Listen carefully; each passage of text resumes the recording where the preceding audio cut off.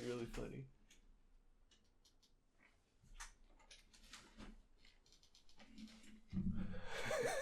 Okay, the fly has gone to the other side of the room. Hi, welcome back to my channel. I've been watching a lot more live TV recently because sports are on, and there was like the Thanksgiving Day Parade and Beauty and the Beast live, and I was back home where my mom actually has live TV, so I could watch live TV. And one thing I forgot about live TV is how weird fragrance commercials are. Can other commercials be weird? No. Every other commercial is always very good and normal. Give me that.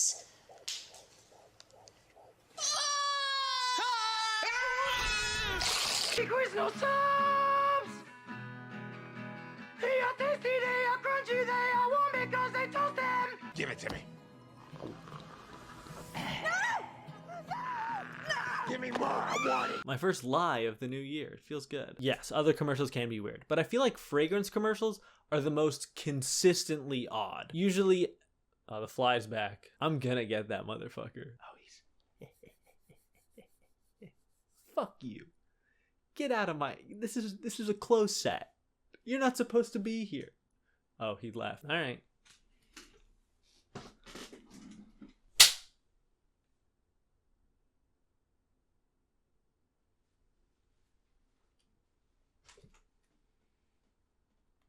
Where'd he go? He's definitely gone. Maybe I put him to sleep. Normally in my videos, I like to give a little bit of context, but I feel like I don't need to explain what a commercial is. Like, we collectively, there's an understanding as to what an advertisement is. Commercials are usually focused on things you can see and hear, and you can see perfume. It's a real object, but you can't hear it. And I've tried. I sat my white ass down and listened. But because we live in a sad, sad world where smell-o-vision never became the billion-dollar industry it was destined to be, advertising perfume on TV is kind of like advertising a painting on the radio. It's the 1940s, and boy do I love smoking cigarettes. But you know what I love more? This new painting by the Pablo Picasso. So many faces, humans and horses, I couldn't possibly count them all. If you want to keep your lady love wrapped around your finger, make your way down to Harvard University's Fog Museum to see Guernica. It's a museum called Fog, not about it. Is it an eyeball, the sun, a light bulb? No, silly, it's Guernica. Come see it today. Because they're already at a sensory disadvantage, fragrance commercials have to try and portray something else to get people to buy their product. In my head, there are two ways you can make an ad for a scent. One is if you don't have a lot of money lying around. I've told my first lie of the year, and I've told probably what will be the worst joke of the year already in this video. You can do whatever YouTuber does when they get a brand deal with a certain odorous finch. Not the guy from To Kill a Mockingbird, the subscription box. Yeah, that's right. If you want me to say the name of your brand, you gotta pay me. And my rate is very low. That service is a little different because they're not actually making the scents, they're just distributing them. But those brand deals consist mostly of somebody telling the audience what smell the smell is, and that they like the smell that the smell is. And if you want to smell good too, use my code SPICYMeatball at checkout or click the link in the description. So that's one way to advertise a fragrance. The other way is what we're gonna look at today. They convey the sort of lifestyle you will live if you buy this product. The things you will do, the great cinematic life you will lead if you smell the way these guys smell. They tend to use a lot of cinematic language and celebrity endorsements and copyrighted music, which I will probably be replacing, and all of these things come together to make some very weird ads. Just a little disclaimer, I'm positive that other people have made videos about weird fragrance commercials, and I haven't watched them. I didn't watch anybody else's videos on them, but I'm sure that I will include an ad or two that somebody else has already done. And for that, I apologize immediately. That's on me. I'm the one who's late to the party.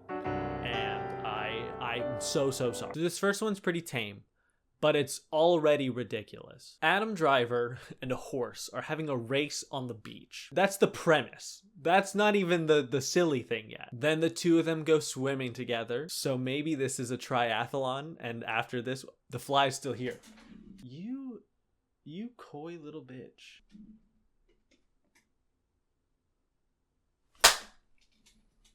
Oh, I'm not gonna show the camera. There is definitely fly goop on my hand. It's certainly not enough to be a full fly. I wonder where the rest of it is. I'm gonna go wash my hands. Then the two of them go swimming together. Makes me think maybe they're 2/3 of the way through a triathlon. And that idea is funny because it's funny to think of a horse riding a bicycle because that animal's too big for that vehicle. But it's also kind of funny to think of Adam Driver on a bicycle because that animal's too big for that vehicle. And then at the end of the commercial, as Adam Driver relays the name of the cologne, we see a silhouette of Adam Driver as a centaur.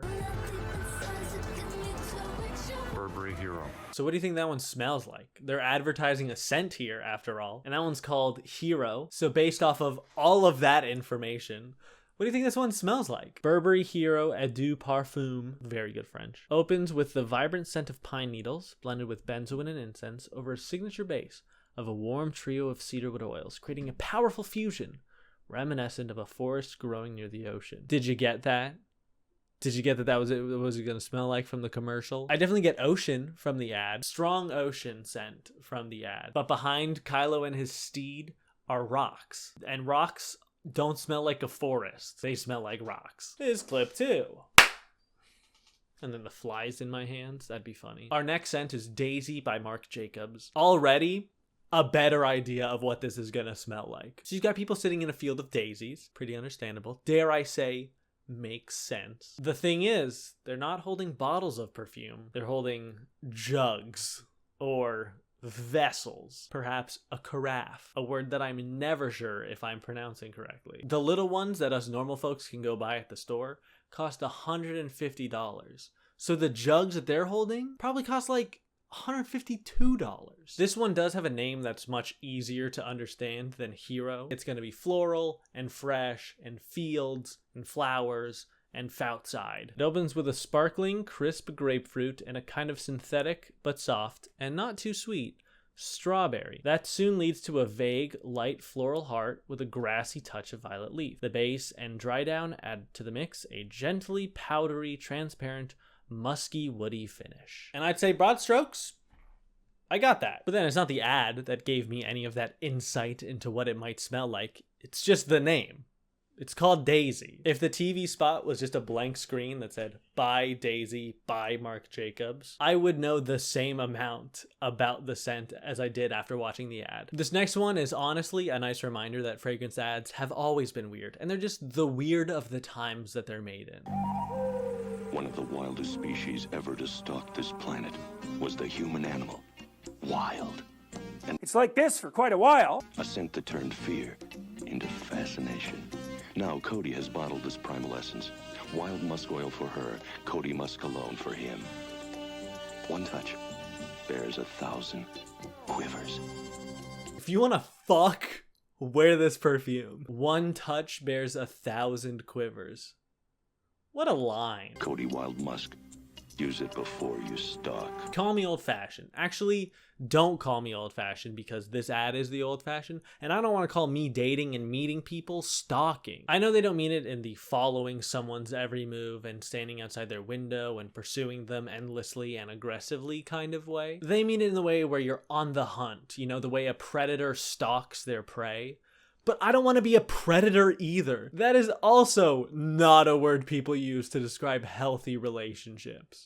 This guy, well, one day he was a predator stalking me, and now we're dating. I don't want to be that guy. Just by the look of this one, it has to smell the worst, right? I'm expecting notes of sweat from the back of your knee and dirt and decomposing animal. Wild Musk features notes of musk. Okay, well, I could have told you that one. Musk ketone, powdery milk, lily of the valley, vanilla, sandalwood, and milky accord. Well, if I knew they were gonna say Wild Musk smells like a musk, I would have said that. But you can't use a word in the definition of that word. I guess I'm glad it smells like musk. It would definitely be weirder if it didn't. This ad was directed by David Lynch, who famous for doing Twin Peaks and makes a great cameo in The Fabelmans. Get the fuck out of my office. If there was ever a director who could channel the semi-surreal, often arturistic, mildly nonsensical vibes of a perfume ad, it's David Lynch. This is our first ad that I would say is not really heavy on the advertising.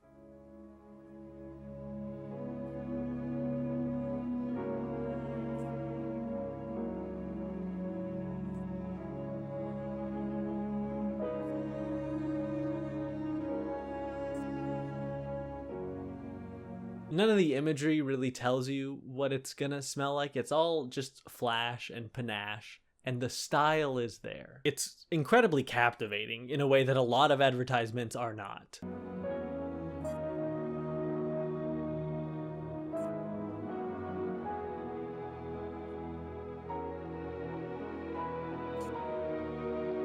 Like, that's not a smell. It's visually interesting, but it's not a smell.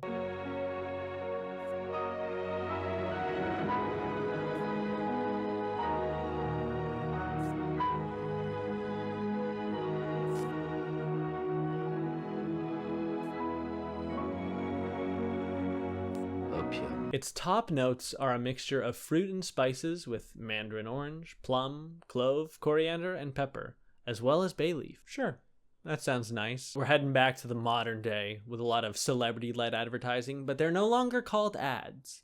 They're called films. This one with Keira Knightley, I get it. This is a perfect advertisement. I know I've been like, what is this? I don't even care what this one smells like. This is 3 minutes long.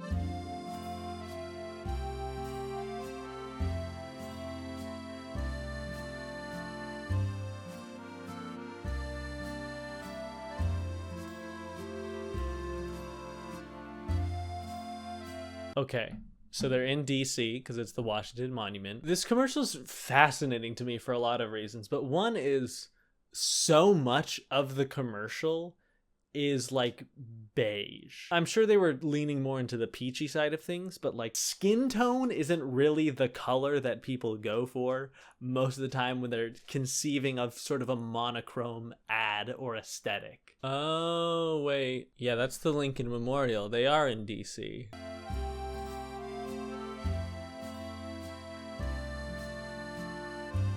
I love the advertisement for the fragrance within the advertisement.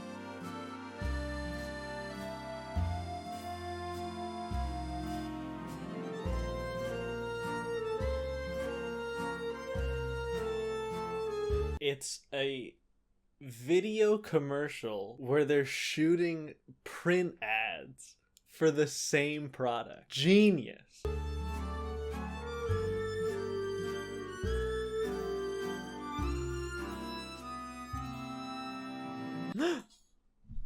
We can't, not while other people are here. Oh, it's great.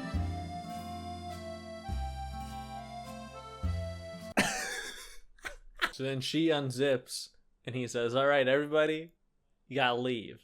Close set, just like mine.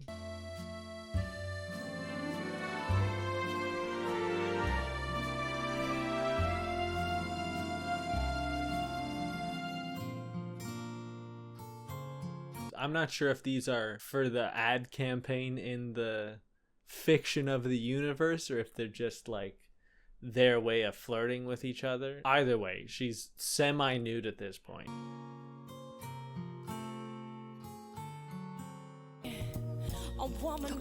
Perfect sound mixing. She says something completely inaudible. I'm pretty sure it's close the door or lock the door. So he goes to lock the door. She takes off through the window. I love the way she tucks the perfume into the left side of her jumpsuit like she's stolen it, even though it's been hers the whole time. Coco Mademoiselle, Chanel. 3-minute film. It's perfection. That's how you make somebody want to buy Coco Mademoiselle. This is from March 8th, 2011. So I was in 6th grade when this ad came out. You ever think about the passage of time and get sad? Here's another one labeled as a film, but I've got a bone to pick with these people. In the Keira film, there's an arc, there's characters, there's plot, there's setting. It's in Washington, D.C. All of these things are so clear in my mind. This one stars Jake Gyllenhaal, and I get none of those things. It's stormy. He's being sensual with his own reflection that turns out to be from a boat. The fragrance is called Luna Rossa Ocean, so putting him on a boat, solid start. He navigates the boat with such intensity to a crack in the clouds, and then we cut to being under the water, so we don't see what happens. We don't know what's going on.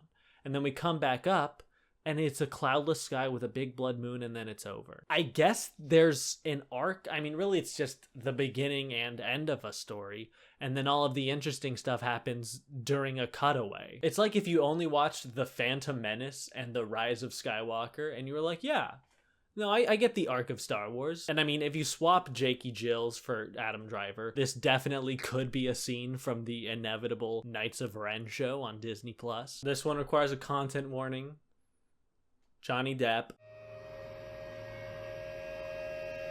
I love that he starts the ad out with a little bit of tummy time, something only very cool guys do. They cut to a wide shot and he's got his feet up in the air, kicking his legs back and forth. Yes! We have an electric guitar and wolves. Again, something only very cool guys are into.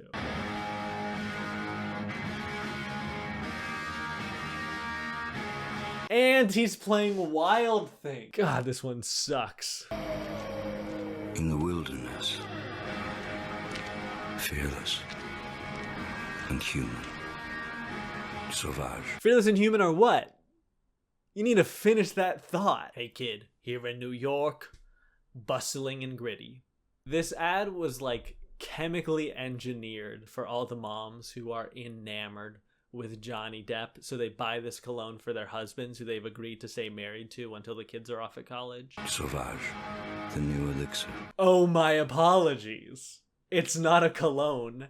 It's an elixir. He's definitely dressed like a character from a D&D campaign where they do this really cool thing and actually set it in the modern day. So there's like witches and goblins, but it's also like the world that we're all familiar with, and 90% of the world's culture and history is totally unchanged despite the existence of literal magic. Bright was so bad. Another content warning, Jared Leto, who is jarring to see. I can just end that sentence there. I was going to talk about how if he's not in costume to be the Joker or Paolo from House Aguchi or the cult leader that he is, because that is a costume. So to see him clean shaven and just as a human is odd. He's done a lot with Gucci, including an ad with Lana Del Rey that eventually became the inspiration for Hassan Piker's outfit at the Streamies. But this one is the weirdest to me. Filmed as a set of flashbacks by Glenn Lutchford, the campaign builds sensual intrigue around an intimate experience between three people. Here's the thing. If we never flash forward, is it a flashback? Or is it just the past? I think the story is Jared Leto was with these two women, and then one of them died or left their throuple, or she's gone now. See, look how sad he holds this shoe that the other woman wore on their big night out on the town. But here's the big twist. He's lying in bed with one person, and then another hand traces down their back. So clearly there's three people. So why are they so sad and contemplative if they're at the same state they were? Are they just like, ugh, our life hasn't changed at all. We're still just doing the same thing. And why is this product called Gucci guilty, huh? The only thing they're guilty of is making me feel very uncomfortable. I want to end with this Dior ad featuring Natalie Portman, because I think that it takes a lot of the regular tropes of a fragrance commercial and does something a little more interesting with them. Weird single line of dialogue? Wake up. Check. Heavy montage? Check. I mean, there's no way you're gonna make a fragrance ad that's like a oneer. Bizarre imagery? Yeah, I'd say this is odd. But with this one, it feels like everyone is having fun. Something I can truly say about none of the other ones I've watched today.